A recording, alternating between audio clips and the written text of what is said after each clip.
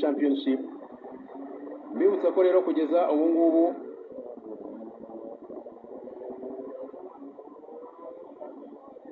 bakaba rero bagiye kuri iyi stage, bagiye gukora izindi stage zabo, akaba ari stage yabo ya gatatu barimo barakora. Muri stage enye bagomba gukora za qualifications.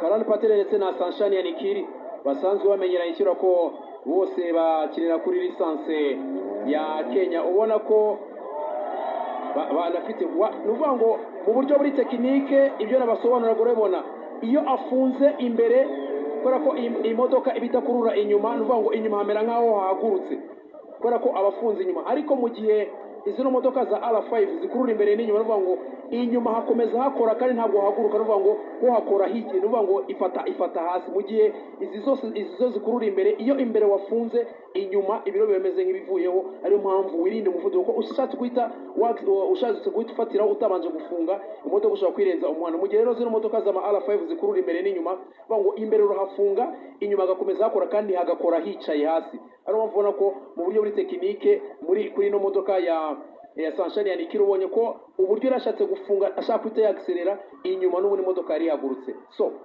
ibyo rero nabyo mu buryo buri tekinike ku modoka zikurura imbere nicyo zirusha izi modoka, navuga ko zikurura imbere n'inyuma. Nuvuga ngo urabibona ko imodoka ipine rirahaguruka, mu gihe imodoka ikurura inyuma kubera ko haba hakomeza hakora ubutahafunze, nuvuga ngo ipine ryicara hasi, ryikaraga ririmo rikaragira hasi, ariko ntabwo imodoka yaguruka. Nakora kuntu yagurutse rero ushatse kwita ufatiraho imodoka igenza yibirandura mu buryo navuga ko iryo niryo tandukano mu buryo buri tekinike muri uno mukino wo gusiganwa ku igare. Mu gihe ureba kuri Karan Patel, nuvuga ngo we iyo akata afunga imbere, inyuma kubera ko hakururanaho hakomeza hakora kandi imodoka iba yicaye hasi.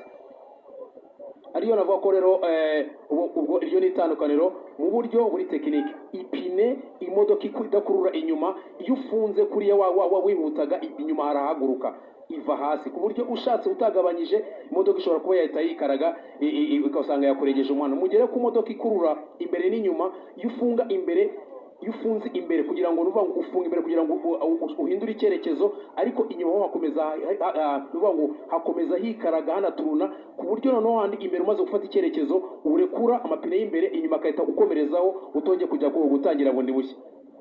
Ubwo rero bikaba tukiri muri qualification stages kugira ngo turebe ibihe by'uburyo rero aba bakinnyi ku munsi w'ejo bazahaguruka.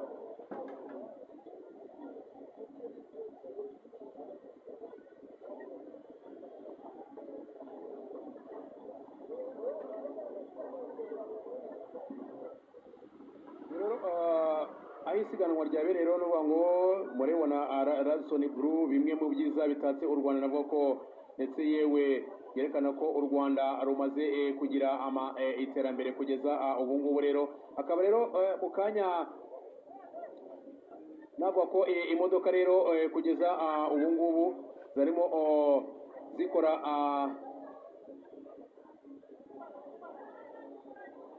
akaba rero kugeza ubu ngubu rero qualification stages mu kanya barimo bakora rero stages ya gatatu ndetse n'iya kane muri rusange, cyane cyane kuri izi modoka zikina African Rally Championship, kubera ko nuvuga ngo niyo bagiye gupanga uburyo bahaguruka, nuvuga ngo African Rally Championship abantu bari gukina